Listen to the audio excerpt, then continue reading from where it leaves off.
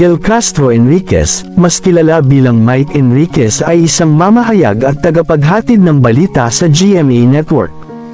Siya ang isa sa mga nagbibigay ng balita sa 24 na oras at ang host ng Investigador.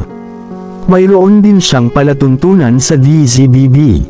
Nabuo niya ang hilig sa pamamahayag sa murang edad at kalaunan ay nagsimula ang kanyang karera sa pagsasahimpapawid bilang isang staff announcer sa Manila Broadcasting Company noong 1969. Nagtrabaho si Enriquez sa Freedom Broadcasting Network at Radio Mindanao Network, RMN, kung saan siya naging vice-presidente ng kumpanya at isang board member.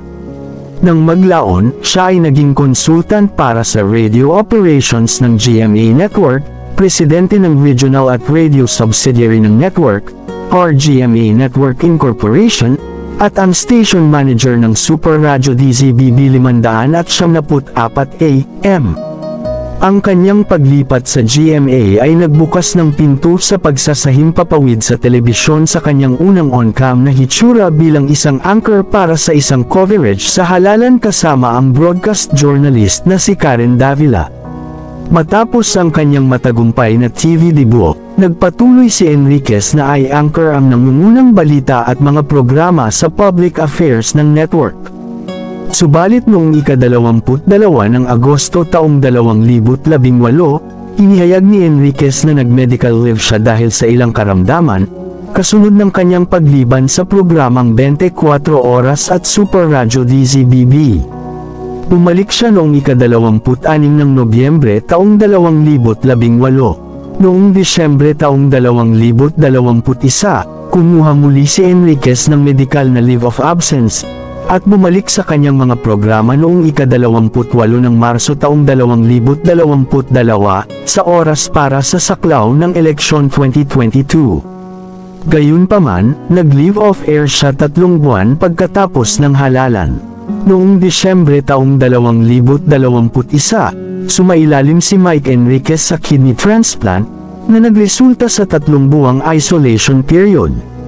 Bumalik siya sa trabaho noong Marso para sakupin ang 2022 pambansa at lokal na halalan. Bago ang kidney transplant, sumailalim siya sa dialysis 3 o 4 na beses sa isang linggo. Subalit sa biglaang masamang balita, nakalulungkot, ang veteranong broadcast journalist ay pumanaw na.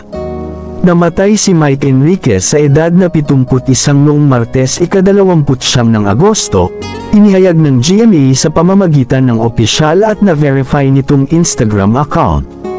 Labis ang kalungkutan na ibinalita ng GMA Network ang pagpanaw ng ating minamahal na kapuso, si Miguel Mike Enriquez, na mapayapang sumama sa ating lumikha noong ika-29 ng Agosto taong 2023.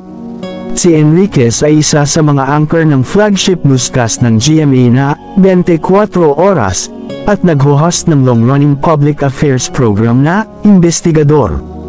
Nagsilbi rin siya bilang presidente ng RGMA Network Incorporation at senior vice president at consultant para sa radio operations ng GMA Network. At siya rin ang anchor ng DZBB's Super Balita sa Umaga at Saksi sa Double B. Sumali siya sa industriya ng broadcast noong 1969 at pagkatapos ay naging bahagi ng GMA Network noong 1995, buong pusong naglilingkod sa madlang Pilipino sa loob ng 54 na taon. Lubos na nagdalamhati ang Board of Directors, Management, at mga empleyado ng GMA Network sa pagpanaw ni Enriquez. Ang kanyang dedikasyon sa industriya ay magsisilbing inspirasyon sa lahat. Dalangin natin ang walang hanggang pahinga ng ating minamahal na kapuso. Nakaraan taon lamang ay ipinagdiwang ni Mike Enriquez ang kanyang ika-71 kaarawan noong Setyembre noong nakaraang taon, 2022. Ipinanganak siya noong ika-29 ng Setyembre taong 1951 at pumanaw noong Agosto taong 2023. Hindi gaanong nalalaman tungkol sa background ng edukasyon ng yumaong tagapagbalita sa telebisyon at radyo. Sa oras na ito ng pagsulat, wala kaming anumang impormasyon tungkol sa pangunahing edukasyon ni Mike Enriquez. Gayunpaman, nag-aral siya sa De La Salle University Manila na kumukuha ng Liberal Arts in Commerce. Pagkatapos ng kanyang kursong degree, nagturo si Enriquez sa Broadcast Management. Siya ay miyembro ng Board of Trustees ng LaSalle Green Hills at kumilos bilang treasurer at chairman ng Finance Committee nito. Si Mike Enriquez ay ipinanganak sa Santa Ana, Manila, Pilipinas sa kanyang mga magulang. Bagamat sikat siya, walang gaanong impormasyon tungkol sa kanyang mga magulang at kanilang petsa ng kapanganakan.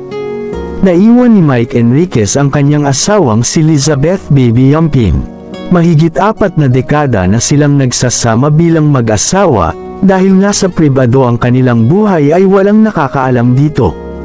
Si Mike Enriquez ay panganay sa 3 magkakapatid, bagamat malayo man ang mga nakakabatang mga kapatid nito, ay lubos na nalulungkot sa pagkawala ng veteranong anchor. Bago namatay si Mike Enriquez, mayroon siyang tinatayang net worth na humigit kumulang $5 milyong o sa peso ay nagkakahalagang 250 milyon. Malaki ang kinita niya mula sa kanyang karera bilang isang newscaster sa telebisyon at radyo. Sa hindi nakakaalam, si Mike Enriquez ay lihim na tumutulong sa mahihirap at sa mga nasalanta ng bagyo. Nagbibigay rin siya ng mga donasyon sa mahihirap at sa simbahan noong panahon na bubuhay pa siya. Kayo mga katrendang, anong masasabi nyo? Huwag kalimutang i-follow, like and share. Kita-kits tayong muli sa next video.